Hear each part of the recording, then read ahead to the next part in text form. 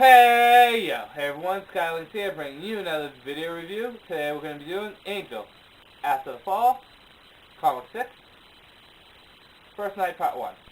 The First Night series is basically a small, 3-issue, I believe, miniseries of them telling the first night of like Spike, Connor, Lauren, Gwen, Fred, Illyria, all the people but Angel.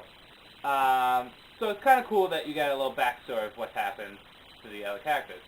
Because so far, even though we've known minor things, it's really been Angel all the way, and we've been knowing what he's been dealing with. We haven't known what other people have been dealing with and how they came to their positions. So the first comic is split up into 3 sections. Split up into the Spike section, Connor, and Lauren. A good concept, but I have a few complaints about it. Oops, almost knocked the camera over. It starts off with Spike, and Spike's fighting the good fight, and suddenly everything disappears. All the monsters disappear, and LA is hell. And Spike goes, well, bloody hell. Guess what? I did it twice. I survived the big bad. Not just the big bad, but the biggest bad of them all. Spike is done. I am retired. No more championism for me. So Spike basically says, hey, I saved the world twice. Hey, I don't have to do anything else. I've been a champion twice and I survived it. No more championism for me. So that's kind of interesting for me, at least, because it really shows what character Spike is. He has a soul, but he doesn't really want to be the hero. He doesn't want to be a champion. I don't know what Spike wants to be, because if he really left the champion scene, what would he do? Seeing that he's a vampire with a soul, he can't really do what he did when he was evil, but whatever. But it really shows that he doesn't want to be a champion. He's just doing it. First, he did it because he loves Buffy. Second time is because, he felt obligated to, and he feels obligated to.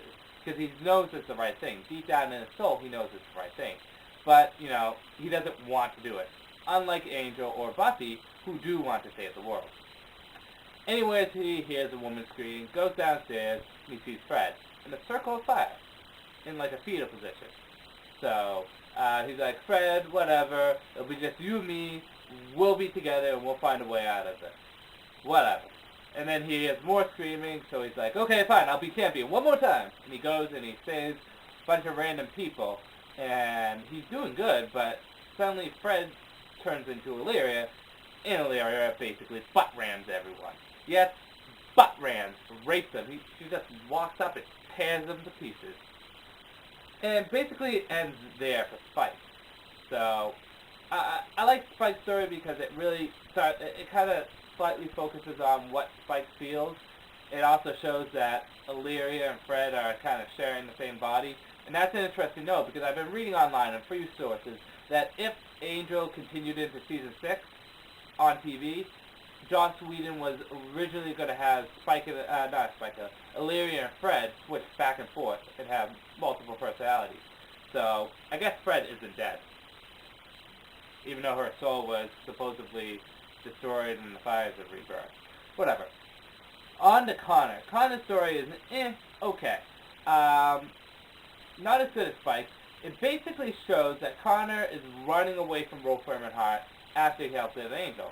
And he's saying to himself, well, maybe I should go help Angel. Maybe I should go back. And then finally he decides, sure, I'll go back. And then, bam, all his memories he ever had return. I thought they all returned back in Season 5 when Wesley destroyed that box thingy, but apparently he didn't get all of them back. He just remember everything. It's kind of funny because he's like, aw, Cordy and Angel, surrogate parents, and then he's like, oh shit, the first time I did it was with my surrogate mother. Gross. But he starts to get all his memories back, and then he's found by a group of demons, and they said, if we kill the son of Angel, that's big kudos for us. So, kind of leaves you on a cliffhanger, I think. Leaves you a cliffhanger with him, just being, ambushed by these demons. Last is Lauren's story, and Lauren's story is interesting, but it's kind of boring. The way they did it in like a rhyme, so the whole entire thing rhymes, and I think that's kind of cool. But it's basically boring. It doesn't tell us anything that we couldn't already assume. Lauren's upset and depressed. He had to kill Lindsay. He goes off. Yes, the world goes to hell. He's depressed about it. He sees humans defending themselves. He helps them out. After a long battle, in a spell by some kind of mage, I think. It's some woman. Let me just check. Yeah, some sorceress girl says a spell so no bad people can go to Silver Lake. Is it called Silver Lake? Do a lot of references here.